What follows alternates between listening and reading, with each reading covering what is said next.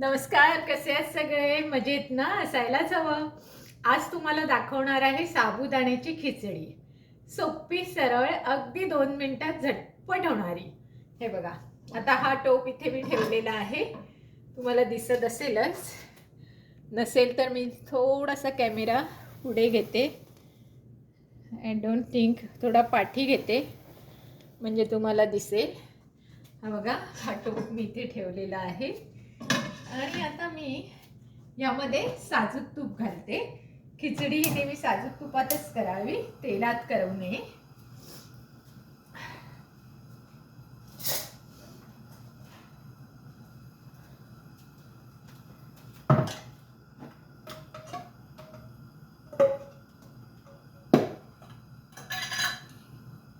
हे बघा, साधारण माझ्याकडे मी हा साबुदाणा भिजवलेला आहे.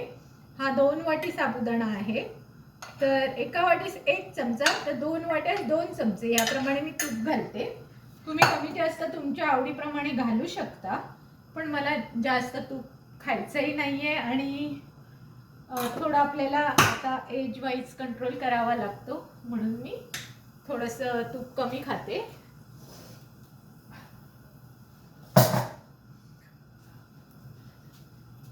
तर या साबुदाण्यामध्ये तुम्ही काय करून घ्यायचं, थोडं मीठ आणि थोडं हे शेंगदाणे मी भाजून त्याचं कूट करून घेतलंय, ते घालून घेते. एकदम असं कूट नाही केलंय, जरा जरा शेंगदाणे लागतील असं केलेलं आहे.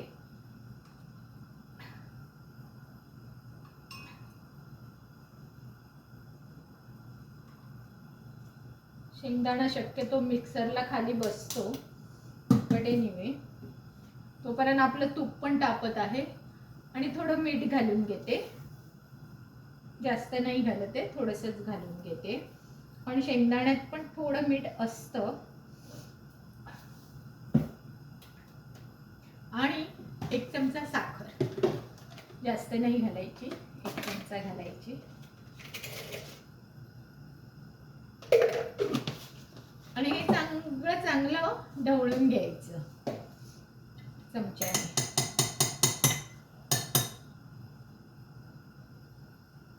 तुपाचा चमचा मी घेतला होता मगाशी.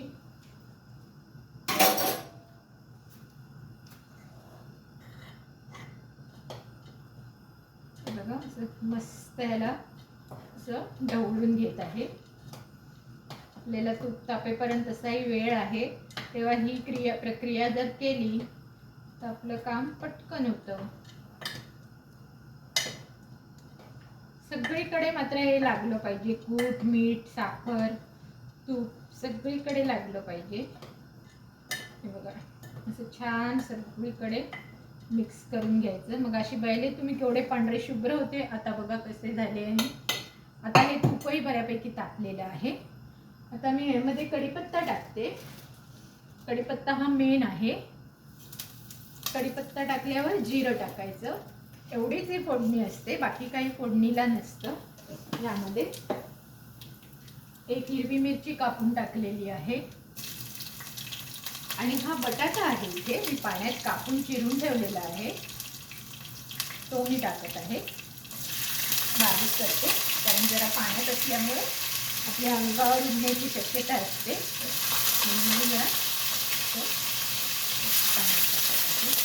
बटाट्याचे मी साली ह्याच्यावर काढून घेते, पण जर तुम्हाला नाही काढायचे असतील तर तुम्ही काढून न काढताही करू शकता.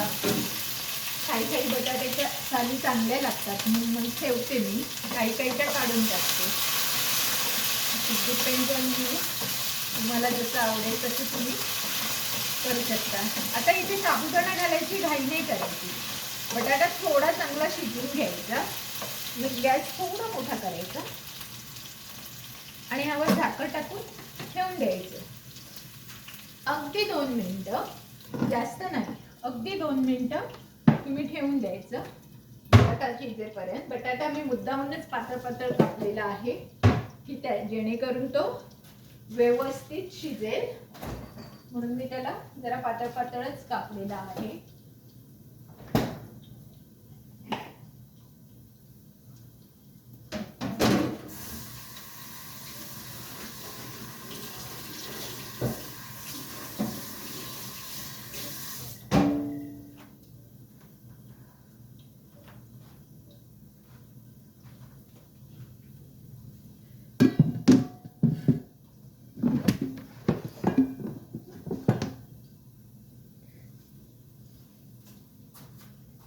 बघा आता 2 मिनिटं झालेली आहे. बटाटा शिजलाय का बघूया.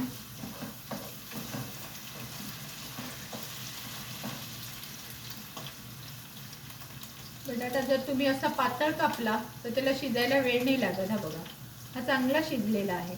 कारण एकदम पीठ झालं तरीही बरं नाही लागत. मी जरा खाऊनच बघते. मस्त शिजलेला आहे बटाटा. बटाट्यावर जर थोडंसं मीठ टाकायचं असेल तर तुम्ही टाकू शकता, कारण ह्याच्यावर जे मी मीठ टाकलंय ते ह्याच्या हिशोबाने टाकलं आहे. बटाट्याला सुद्धा लागायला हवं म्हणून अगदी जरासं बटाट्यावर टाकत आहे, किंचितचं. म्हणजे नंतर त्या बटाट्याला न लागलं तर बरा नाही लागणार, म्हणून मी हे लावत आहे.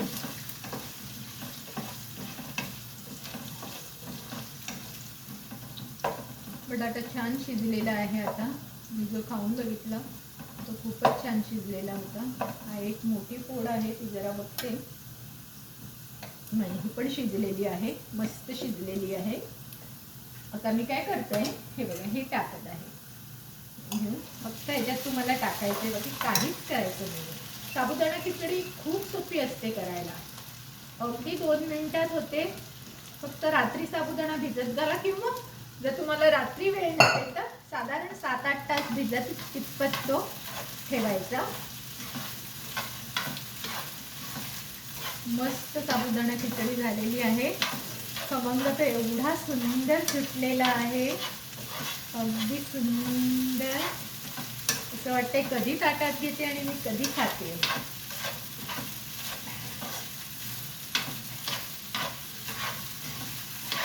आणि ही सुकू नये म्हणून काय करायचं, याच्यावर थोडं लिंबू पिळून ठेवायचं, म्हणजे ही सुकत नाही.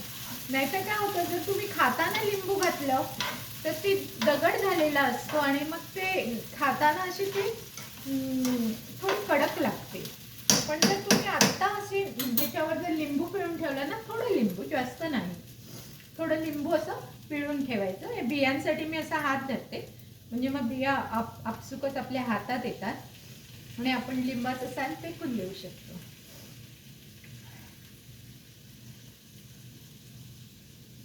छानपैकी लिंबू, थोडं जास्त नाही घालायचे आपल्याला.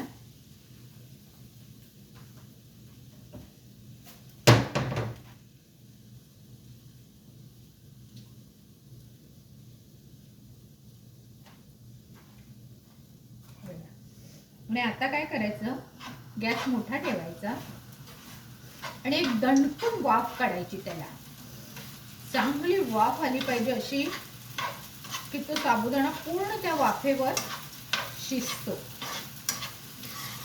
आता मी गॅस मोठा ठेवलाय, कारण मी इथून हलत नाहीये, म्हणजे मला कळेल ना. चांगली त्याला दणकून वाफ काढते. मग घेते चमचा, कारण का माझं ते नॉनस्टिकचं भांडं आहे ना, त्याला मला खूप सांभाळावं लागतं ही भांडी.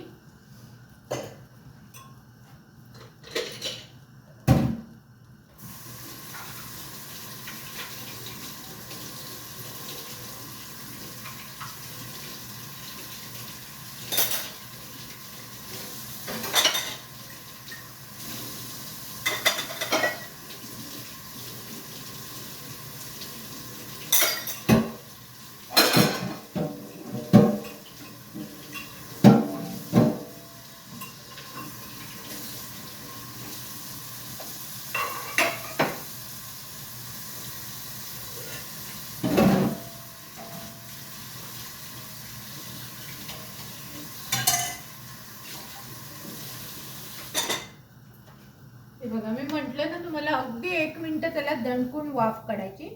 गॅस मी बारीक केलेला आहे. हे बघा किती सुंदर वाफ आली आणि वास, सुंदर सुवास आला आणि सुंदर ही बघा मस्त खिचडी झालेली आहे.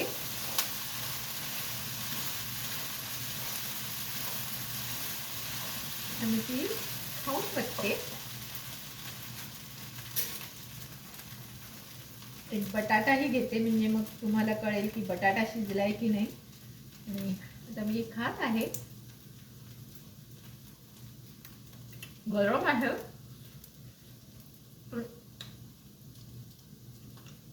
अप्रतिम चव आलेली आहे.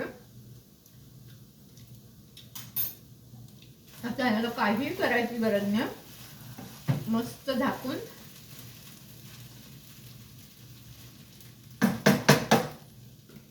तुम्ही कधी येता खायला याची मी वाट पाहणार आहे.